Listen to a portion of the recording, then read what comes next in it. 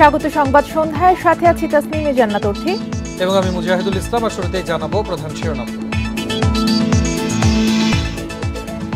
ঈদযাত্রায় মহাসড়কের বিভিন্ন পয়েন্টে যানজট, বাস সময় মতো ঢাকায় না পৌঁছায় গন্তব্যে রওনা হতে দেরি।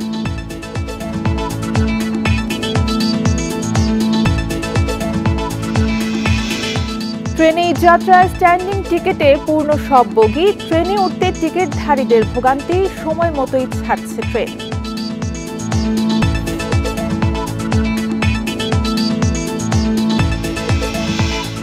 রাজধানীর পশুরহাটে দর কষাকষি বেশি, বিক্রি কম, দাম কমার অপেক্ষা, বড় গরু নিয়ে দুশ্চিন্তায় মালিকেরা।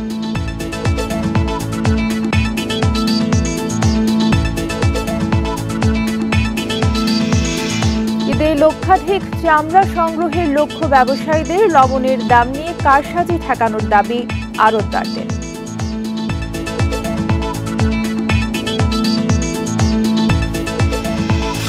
শিরোনাম শুনছিলেন, এবারে পুরো খবর। ঈদে ঘরমুখী মানুষের ঢলে মহাসড়কগুলোতে বেড়েছে গাড়ির চাপ। বিভিন্ন পয়েন্টে থেমে থেমে দেখা দিচ্ছে যানজট। বিকেলের পর সাভার ও গাজীপুর শিল্পাঞ্চলের পোশাক শ্রমিকরা বাড়ি ফিরতে শুরু করায় চাপ বেড়েছে নবীনগর চন্দ্রা মহাসড়কে। চন্দ্রা ও বাইপাইল এলাকায় কয়েক কিলোমিটার যানজটের কারণে চরম ভোগান্তিতে ঘরমুখ মানুষ। ঈদ করতে ঢাকা ছেড়ে বাড়ির পথে ছুটছে মানুষ। ঘরমুখী মানুষের ঢলে সড়কে বেড়েছে গাড়ির চাপ। দক্ষিণাঞ্চলমুখী সড়কে তেমন ভোগান্তি না থাকলেও পদ্মা সেতু এলাকায় গিয়ে কমে যাচ্ছে গাড়ির গতি। সেতুর টোল প্লাজায় দেখা গেছে কয়েক কিলোমিটার দীর্ঘ গাড়ির সারি, অপেক্ষা করতে হচ্ছে টোল দেয়ায়। হানি ফ্লাইওভার থেকে যানজটের জন্যই আসলে পার হইতে অনেকটা সময় লেগে গেছে। জ্যাম ছিল বাবুবাজার ব্রিজটার ওইখানটায়, আর এইখানে আসার পর আর কি সেতুর থেকে 7 কিলোমিটার আগ থেকে জ্যাম ছিল। ঢাকা ময়মনসিংহ মহাসড়কে যাত্রীদের ভোগান্তিতে পড়তে হচ্ছে গাজীপুরের চান্দনা চৌরাস্তা এলাকায়। বাসগুলো সড়কের ওপর থেকে যাত্রী তোলায় তৈরি হচ্ছে জটলা। গাড়ির চাপ বেশি দেখা গেছে চন্দ্রা ত্রিমোড় এলাকাতেও। বাস না পেয়ে আবার অনেকে ট্রাক পিকআপে ছুটছেন বাড়ির পথে। রাস্তাঘাটের খারাপ অবস্থা, এমনিতেও গাড়িগুলো খুব কম পাইতেছি, গাড়ি পাচ্ছি না, গাড়িতে অনেক জ্যাম, রাস্তায়ও প্রচুর জ্যাম। যানজট মোকাবিলায় মহাসড়কে কাজ করছে আইনশৃঙ্খলা বাহিনীর অতিরিক্ত সদস্য। যাত্রীরা যেন রাস্তায় আটকে না থাকে এবং যে কোনোভাবে দ্রুত রাস্তা ফাঁকা করতে এবং কোথাও যেন কোনো ধরনের বাধাগ্রস্ত না হন, সেই জন্য আমাদের রেকার হতে শুরু করে আমাদের নিজস্ব যে টিম, সবাই কিন্তু কাজ করছে। ঢাকা টাঙ্গাইল বঙ্গবন্ধু সেতু সড়কে থেমে থেমে যানজট দেখা গেছে। রাস্তায় অনেক জ্যাম, এজন্য গাড়ি পিছনে রেখে হাঁটতে আসি, বইয়া থাকতে সমস্যা। চাপ বাড়ায় ঢাকা চট্টগ্রাম মহাসড়কে কমেছে গাড়ির গতি। এছাড়া যানবাহনে অতিরিক্ত ভাড়া নেওয়ার অভিযোগ রয়েছে। পদ্মা সেতুর কারণে পাটুরিয়া দৌলদিয়া রুটে কমেছে গাড়ি, তাই এই পথে ঈদের আগেও নির্বিঘ্নে চলাচল করছেন যাত্রীরা। সোহেলি জাহান, ইন্ডিপেন্ডেন্ট নিউজ। গাজীপুরের চন্দ্রায় 8 কিলোমিটার এবং সাভারের বাইপাইলে 2 কিলোমিটার যানজট দেখা দিয়েছে। এই নিয়ে আরও জানাতে সাভার থেকে আমাদের সাথে যুক্ত হচ্ছেন সহকর্মী রুবেল আহমেদ। রুবেল, গাজীপুরের চন্দ্রায় 8 কিলোমিটার এবং বাইপাইলে 2 কিলোমিটার পর্যন্ত যানজট লক্ষ্য করা যাচ্ছে। এখন আসলে যানজট পরিস্থিতি কেমন এবং ঘরমুখ মানুষের ভোগান্তি কতটা দেখা যাচ্ছে?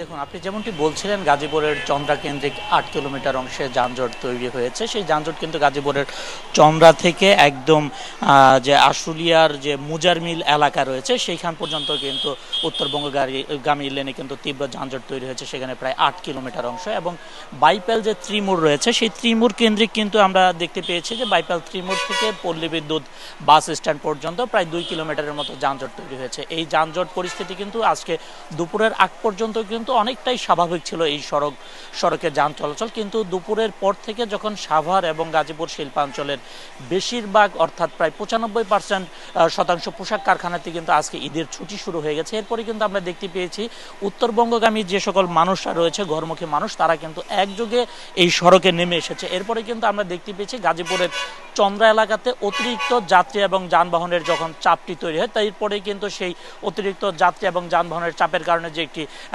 যানবাহনের দীর্ঘ সারি তৈরি হয়েছিল, সেই সারিটি কিন্তু ধাপে ধাপে ধীরে ধীরে প্রায় 8 কিলোমিটার অংশ পর্যন্ত ছড়িয়ে পড়েছে। এবং আপনি জানেন যে আশুলিয়া শিল্পাঞ্চলের অধিকাংশ মানুষই কিন্তু বাইপাইল ত্রিমোড় এলাকাতে যে বাস কাউন্টার রয়েছে সেখান থেকেই কিন্তু নারীর টানে বাড়ির উদ্দেশ্যে যাওয়ার চেষ্টা করে। অর্থাৎ আজকে দুপুরের পর থেকে যখন শিল্পাঞ্চলে পোশাক কারখানা ছুটি হয়েছে তখন কিন্তু হাজার হাজার পোশাক শ্রমিক কিন্তু বাড়ি যাওয়ার উদ্দেশ্যে কিন্তু বাইপাল ত্রিমুর এলাকাতে যে বাস কাউন্টার রয়েছে সেখানে কিন্তু ভিড় জমান। এরপরে কিন্তু সেখানে একটি বাড়তি চাপ তৈরি হয়েছে এবং এই বাইপাল ত্রিমুর থেকে পল্লী বিদ্যুৎ পর্যন্ত 2 কিলোমিটার অংশে কিন্তু যানজটের সৃষ্টি হয়েছে। এছাড়া ঢাকা রিচা মহাসড়ক দিয়ে এখন পর্যন্ত যান চলাচল অনেকটাই স্বাভাবিক রয়েছে বলে আমরা জানতে পেরেছি। তবে এই সড়ক পরিস্থিতি যেটি আমরা দেখতে পাচ্ছি সেটি কিন্তু এই নবীনগর চন্দ্রা মহাসড়কের চন্দ্রা থেকে এই মুজার মিল পর্যন্ত 8 কিলোমিটার অংশের যে যানজটটি তৈরি হয়েছে এটি স্বাভাবিক হওয়ার একমাত্র মাধ্যমই হচ্ছে গাজীপুরের চন্দ্রাতে যদি স্বাভাবিক হয়ে আসে সেক্ষেত্রে এই যানবাহনগুলো ধাপে ধাপে উত্তরবঙ্গের উদ্দেশ্যে ছেড়ে যাবে, এরপরে কিন্তু এই সড়ক পরিস্থিতি স্বাভাবিক হয়ে যাবে। অর্থাৎ বলা যাচ্ছে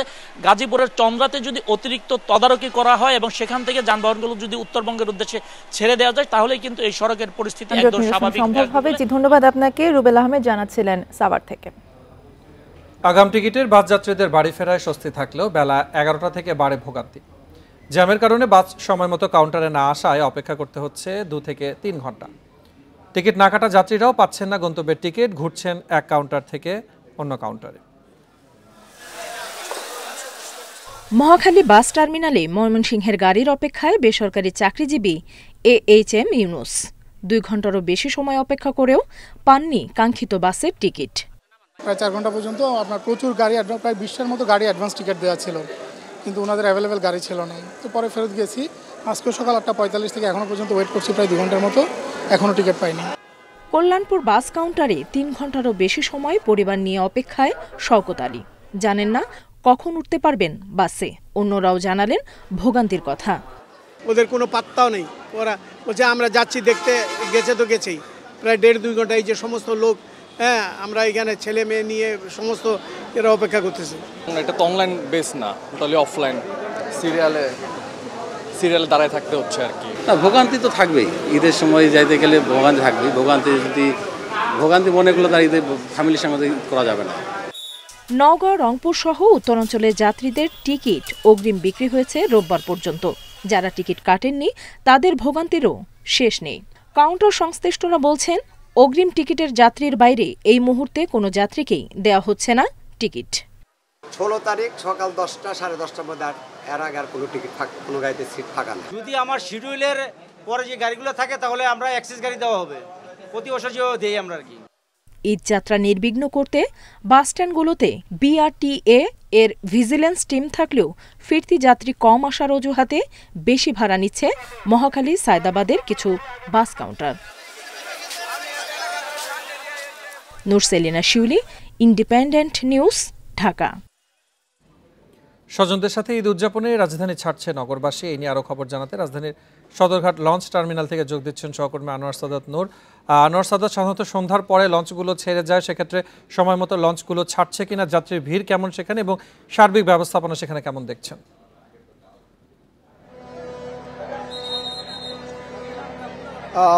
লঞ্চ ছেড়ে যাওয়ার কিন্তু সময় হয়েছে। নারীর টানে যারা বাড়ি ফিরছেন তারা কিন্তু ইতিমধ্যে লঞ্চঘাট টার্মিনালে এসে উপস্থিত হয়েছেন। গতকালের তুলনায় আজকে যদি আমরা সে চিত্র দেখাতে চাই যে গতকাল বৈরী আবহাওয়ার কারণে যে জনসমাগম কিছুটা কম ছিল, আজকে কিন্তু সেই চিত্র ছাড়িয়ে গেছে। আজকে কিন্তু ভিড় হয়েছে উপচে পড়া যাত্রীদের সমাগমে। তবে লঞ্চ কর্তৃপক্ষ বা ঘাট কর্তৃপক্ষ কিন্তু বলছে যে এই চিত্র তাদের চেনা সেই চিত্র না। ঈদের আগে যেমনটা লঞ্চ ঘাটকে দেখা যায়, পদ্মা সেতু হওয়ার পরে যে যাত্রীতে ভাটা পড়েছে সেই ভাটা এখনো কাটেনি এবং এবারের ঈদেও যথারীতি সেরকমটাই তারা দেখছেন যে কাঙ্ক্ষিত যাত্রী হচ্ছে না। তবে দক্ষিণাঞ্চলের যারা যাতায়াত করেন, বিশেষ করে বরিশাল, ভোলা, পটুয়াখালী, বরগুনা, ঝালকাঠি, সেসব যাত্রীদের অধিকাংশই কিন্তু তারা এখনও লঞ্চে যেতে স্বাচ্ছন্দ্য বোধ করেন বলে কিন্তু যাত্রীরা আমাদেরকে জানিয়েছেন। তারা বলছেন যে যদিও বা তারা এখন পদ্মা সেতু হয়ে বাসে বা বিভিন্নভাবে যেতে পারেন, তবে তারা এই স্বাচ্ছন্দ্য বোধ করেন লঞ্চে যেতে, যার কারণেই তারা পরিবার পরিজন নিয়ে, কেউ আবার একাকী বা বন্ধু বান্ধব নিয়ে তারা এসেছেন লঞ্চঘাট টার্মিনালে। তারা একসাথে পরিবার নিয়ে বা সময় কাটায় যাবেন বলেই কিন্তু তারা লঞ্চকে বেছে নিয়েছেন। পাশাপাশি লঞ্চ কর্তৃপক্ষ বলছে যে এই সদরঘাট লঞ্চ টার্মিনাল থেকে প্রায় 40টি রুটে বিভিন্ন জায়গায় ছেড়ে যায় লঞ্চ, সেখানে 100টির মতো আজকে মজুদ আছে এবং লিস্টেড অনুযায়ী প্রায় 57টি লঞ্চ সকাল থেকে ছেড়ে গেছে। বাকি লঞ্চগুলো কিন্তু ঘাটে এখন অপেক্ষামান আছে, তারা নির্দিষ্ট সময়ে গন্তব্যের উদ্দেশ্যে ছেড়ে যাবে। অনেক লঞ্চকে আমরা এখনই ছাড়ার প্রস্তুতি নিতে দেখেছি, অনেক লঞ্চ যাত্রী বোঝাই হয়ে গেছে, আবার অনেক লঞ্চের যারা আছেন শ্রমিক তারা কিন্তু এসে ডাকাডাকি করছেন। তবে একে খুব সহজে জায়গা পাওয়া গেলে সহজে পাওয়া যায় না, তারা কর্তৃপক্ষের কাছে দাবি জানাচ্ছেন যেন আছেন তারা পরিবার পরিজন। সদরঘাট লঞ্চ টার্মিনাল থেকে জানাচ্ছিলেন সহকর্মী আনোয়ার সাদাত নূর। একজন সংসদ সদস্যের জন্য ফেরি আটকে রাখা হয় প্রায় 3 ঘন্টা। শুধু তাই নয়, আসন খালি থাকার পরেও যাত্রী তোলা বন্ধ করা হয় বলে অভিযোগ করেছেন যাত্রীরা। পরে বিক্ষোভের মুখে ফিরে যান এমপি নুরুন নবী শাওন। প্রত্যক্ষদর্শীরা জানান, শুক্রবার রাজধানীর পোস্তগোলা ব্রিজের কার্নিভাল ক্রুজ রোডো ফেরি সকাল 8টায় ঢাকা থেকে ভোলার উদ্দেশ্যে ছেড়ে যাওয়ার কথা। প্রায় 1 ঘন্টা পর ফেরি কর্তৃপক্ষ জানায় ভোলা 3 আসনের এমপি নুরুন নবী শাওন যাবেন, তাই ফেরি ছাড়তে দেরি হচ্ছে। যাত্রীদের অভিযোগ, সিট ফাঁকা থাকার পরেও এমপির কথা বলে তাদের উঠতে দেওয়া হয়নি। ক্ষুব্ধ যাত্রীরা ফেরির সামনের সড়ক অবরোধ করে বিক্ষোভ শুরু করেন। এরই মধ্যে সকাল 10টার দিকে সেখানে যান এমপি শাওন। বিক্ষোভের মুখে তিনি ফিরে গেলেও ফেরি ছাড়ে আরও 45 মিনিট পর। রোডো ফেরির একজন যাত্রীর দাবি, তিনি 999-এ কল করে নৌ পুলিশের সহায়তা চাওয়ার পর সকাল 11:15টায় ছাড়া হয় ফেরি।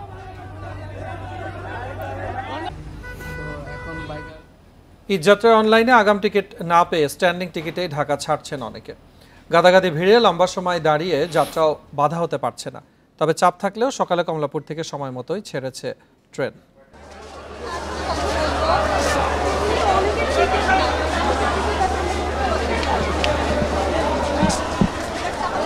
এ যেন এক প্রতিযোগিতা, কার আগে কে উঠবে ট্রেনে। দরজা দিয়ে উঠতে না পেরে অনেকে বগিতে সওয়ার হয়েছেন জানালা দিয়ে। আর এই চিত্রের দেখা মিলেছে কমলাপুরের 3 নম্বর প্ল্যাটফর্মে একতা এক্সপ্রেস ঢুকলে। শুধু একতা নয়, প্রায় সব ট্রেনে একই অবস্থা। অনলাইনে টিকিট না পেয়ে দূরের যাত্রায় ভরসা এখন স্ট্যান্ডিং টিকিট, আর তাতেই কানায় কানায় পূর্ণ প্রতিটি বগি। জামু যেভাবে জামু ভাই, কষ্ট হলে পরেও যাইতে হবে। আমরা অনলাইনে টিকিট পাই নাই, এই কারণে এইভাবে দাঁড়ায় যাওয়া লাগবে। আর এই স্ট্যান্ডিং টিকিটের কারণে ভোগান্তিতে পড়তে হয়েছে সিটের যাত্রীদের। তবে স্বজনদের সঙ্গে ঈদ করার উচ্ছ্বাসে বাধা হতে পারছে না কিছুই। কি আর বলবো, ঈদের সময় তো এই চিত্র আসলে আমরা সবসময় দেখতে পাই।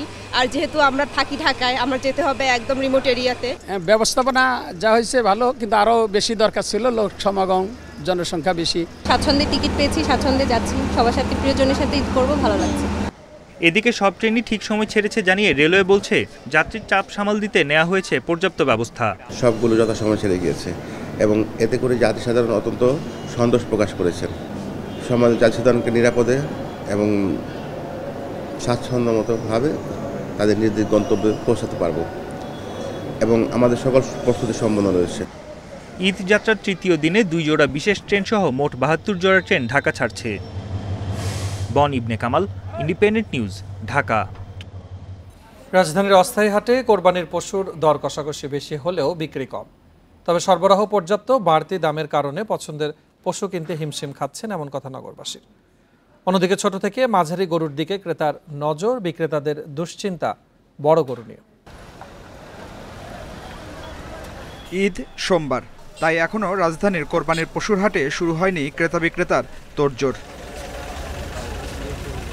ঢাকায় বেশিরভাগ ক্রেতাই আছেন শনি রবিবারের অপেক্ষায়। তবে শেষ মুহূর্তে ঝক্কি এড়াতে কেনাকাটা সেরেছেন অনেকে। গরুটা তো নিলাম 1,85 দিয়ে, আলহামদুলিল্লাহ বাজার এখনো মানে আয়ত্তের মধ্যে, মানে অতিরিক্ত না। 2-3 দিন বাসায় থাকলে ওর একটু বাচ্চারা অন্তত যত্ন করে, নিজের একটু দেখশন করে, তারপর এটা কুরবানি দিলে নিজের ভিতরে একটা যেন তৃপ্তি লাগে। এই কারণে মূলত একটু আগে কেনা। 8টা গরু বিক্রয় করছি, তো আলহামদুলিল্লাহ বাজার এমন ভালোও না, তো খারাপও না, সীমিত লাভে আমরা বেচাকেনা করছি। ক্রেতাদের দাবি, গত বছরের চেয়ে এবার হাটে কোরবানির পশু উঠেছে বেশি। তারপরও বাড়তি দামের কারণে অনেকে কিনতে পারছেন না পছন্দসই গরু। গরু অ্যাভেলেবেল, কিন্তু ক্রেতার সমাগম খুব কম। কিন্তু গরু কিছু ব্যাপারী আছে গরুর দাম রিজনেবল চাচ্ছে, আর কিছু আছে ঊর্ধ্বগতিতে যাচ্ছে। যেটা ক্রয় সীমার বাইরে। দাম তো এখন অনেক চড়া আর কি, মানে যেটাই দাম জিজ্ঞেস করতেছি মিলতেছে না, অনেক দাম চড়া, বাজেটের থেকে অনেক বেশি। হাটে ছোট ও মাঝারি গরুর বিক্রি ভালো, তবে দুশ্চিন্তায় বড় গরুর মালিকেরা। ক্রেতা না পেয়ে অলস সময় কাটছে তাদের। 20টা গরু নিয়েছি, এখনো একটা গরু বিক্রি করতে পারিনি, এই মাত্র এইভাবে এখনো আছে আমাদের। বড় গরুর কোনো ক্রেতা নাই, কিছু ছোট ছোট গরু বিক্রি হচ্ছে, কিন্তু এই এলাকাতে কোনো বড় গরু বিক্রি হয়নি। বাজারের পরিস্থিতি ভালো না ভাই, বুঝছেন, প্রত্যেকটি গরু প্রতি অনেক লসে দাম বলতেছে, কিনা বাসা নেই, কাস্টমারই নাই। রাজধানীর 20টি হাটে কোরবানির পশু বিক্রি চলছে। এবার ঢাকায় চাহিদা প্রায় 25 লাখ। Adilur Rahman, independent news, Dhaka. এই নিয়ে আরো জানাতে রাজধানীর বনশ্রী পশুর হাট থেকে যোগ দিচ্ছেন সহকর্মী ইকরামুল কবির। ইকরামুল, বনশ্রীতে পশু বেচা কেনা কি পরিমাণ আজকে জমজমাট দেখছেন সেখানে?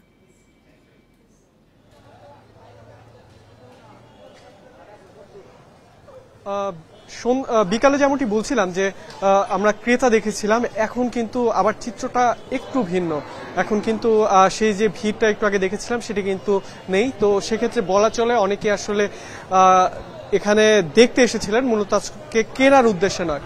তো সেটাই, যেহেতু আরো শনিবার এবং রবিবার সামনে আরো দুদিন আছে ঈদের আগে, তো অনেকেই কিন্তু আসলে যাচাই করছেন এবং যাচাইয়ের উদ্দেশ্যে কিন্তু অনেকে আসছেন এখানে মূলত আজকে। এবং রাজধানীতে যেহেতু গরু রাখা নিয়ে সবারই একটা সমস্যা তৈরি হয় যে কোথায় গরু রাখবেন, এর কারণে কিন্তু অনেকেই গরু একটু দেরি করেই কিনেন। তো এখানে যে বনশ্রীতে যে গরুর হাটটি, সেটি মেরাদিয়ার গরুর হাট এবং দক্ষিণ বনশ্রী এবং মেরাদিয়ার বিভিন্ন অলিগলিতে কিন্তু এই হাটটি আসলে বসেছে এবং এটির জন্য কিন্তু উন্মুক্ত কোনো স্থান নেই। বিভিন্ন সড়ক এবং মেইন রোড এবং যে ছোট গলি রয়েছে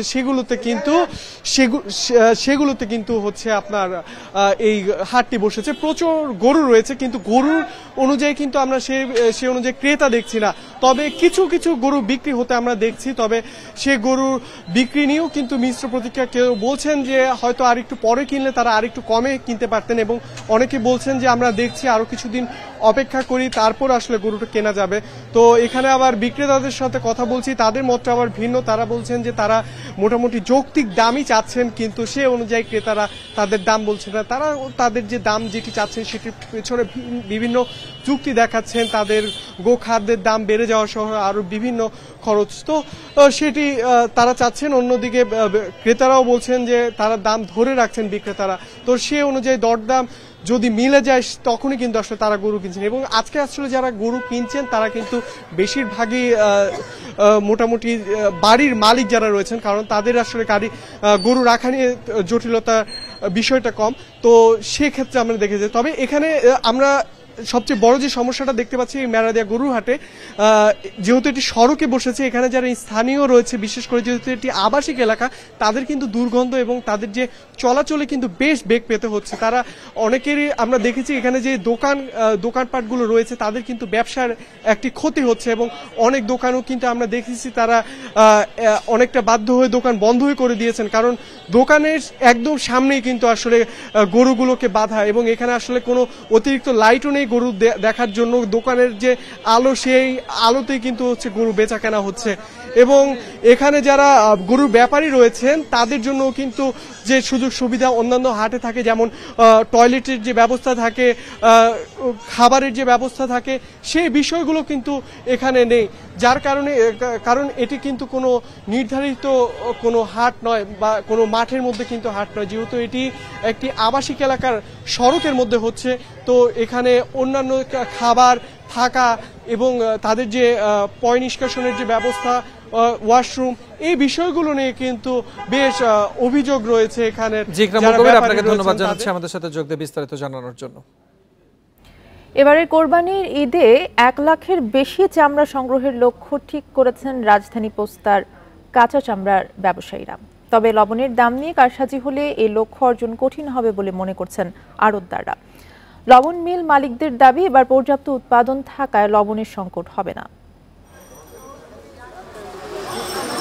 কাঁচা চামড়ার সবচেয়ে বেশি আড়ত রয়েছে পুরান ঢাকার পোস্তায়, যেখানে সংগ্রহ হয় সারা দেশ থেকে আসা কোরবানির পশুর কাঁচা চামড়া। ঈদের আরও কয়েকদিন বাকি থাকলেও আগেভাগেই প্রস্তুতি শেষ করেছে কাঁচা চামড়ার আড়তগুলো, যেখানে পুরনো চামড়া সরিয়ে আড়ত খালি করে লবণ মজুত করা হয়েছে। গত বছর কোরবানি ঈদে পোস্তায় চামড়া সংগ্রহ হয় ৮০ থেকে ৯০ হাজার পিস। এবার সেই লক্ষ্যমাত্রা বাড়িয়ে ধরা হয়েছে ১ লাখ পিস। যেহেতু রাষ্ট্রীয় সম্পদ, এটাকে বাঁচানোর জন্য অনেক মার্কেট বিভিন্নভাবে উঠে থাকে, আর এটার জন্য প্রশাসন যথাযথভাবে ব্যবস্থা না নেওয়ার কারণ হচ্ছে যে চামড়াগুলো বেঁচে যাবে। তা আমরা ওই টার্গেট যেটা ছিল গতবারও ১ লাখের মতো হয়েছে, এইবারও আমরা এটা আশা করতেছি। পোস্তার আড়তদারদের দাবি, ট্যানারি মালিকদের কাছে তাদের পাওনা ১২০ কোটি টাকার বেশি। এ টাকা আদায় না হলে কাঁচা চামড়া সংগ্রহের লক্ষ্য পূরণ কঠিন হবে। হ্যাঁ, ট্যানারি মালিকরা দিবে বলছে, তো দিয়ে দিবে। দেয় না তো, প্রতি বছরই বলে যে এই বছর আমরা আপনাদেরকে পেমেন্ট দিয়ে দিব।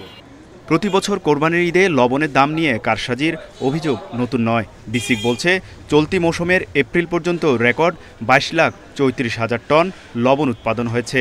লবণ মিল মালিকদেরও দাবি, উৎপাদন বেশি থাকায় সংকট হবে না এবার।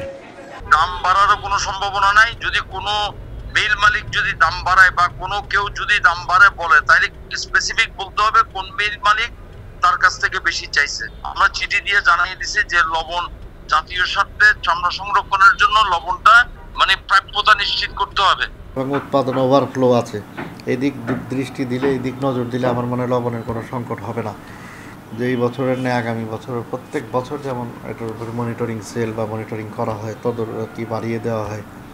লালবাগের পোস্তায় ছোট বড় মিলিয়ে ১২০টি আড়তে কোরবানির ঈদে কাঁচা চামড়া সংগ্রহ করেন ব্যবসায়ীরা। তৌহিদ রানা, ইন্ডিপেন্ডেন্ট নিউজ, ঢাকা। ট্রেনের টিকিট কালোবাজারি চক্রের ১০ সদস্যকে আটক করেছে র্যাব। এ সময় তাদের কাছ থেকে ১০টি মোবাইল ফোন সহ বিপুল সংখ্যক টিকিট ও কালোবাজারির বিভিন্ন আলামত উদ্ধার করা হয়েছে। শুক্রবার রাজধানীর মৌচাক ও কমলাপুর থেকে ৮ জন এবং ঠাকুরগাঁও থেকে ২ জনকে আটক করা হয়। র্যাব ৩-এর অধিনায়ক লেফটেন্যান্ট কর্নেল মোহাম্মদ ফিরোজ কবির জানান, কালোবাজারিরা সংঘবদ্ধভাবে দীর্ঘদিন ধরে ট্রেনের টিকিট কালোবাজারি করছিল। ট্রেন টিকিট বুকিংয়ের জন্য চুক্তিবদ্ধ প্রতিষ্ঠানগুলোর সাথে যুক্ত হয়ে টিকিট কালোবাজারি করত তারা। তিনি আরও জানান, কালোবাজারিরা বিভিন্ন কৌশলে ট্রেনের টিকিট অগ্রিম সংগ্রহ করে নিজেদের কাছে মজুদ রাখে, পরে কৌশলে সাধারণ যাত্রীদের কাছে ২-৩ গুণ বেশি দামে বিক্রি করে।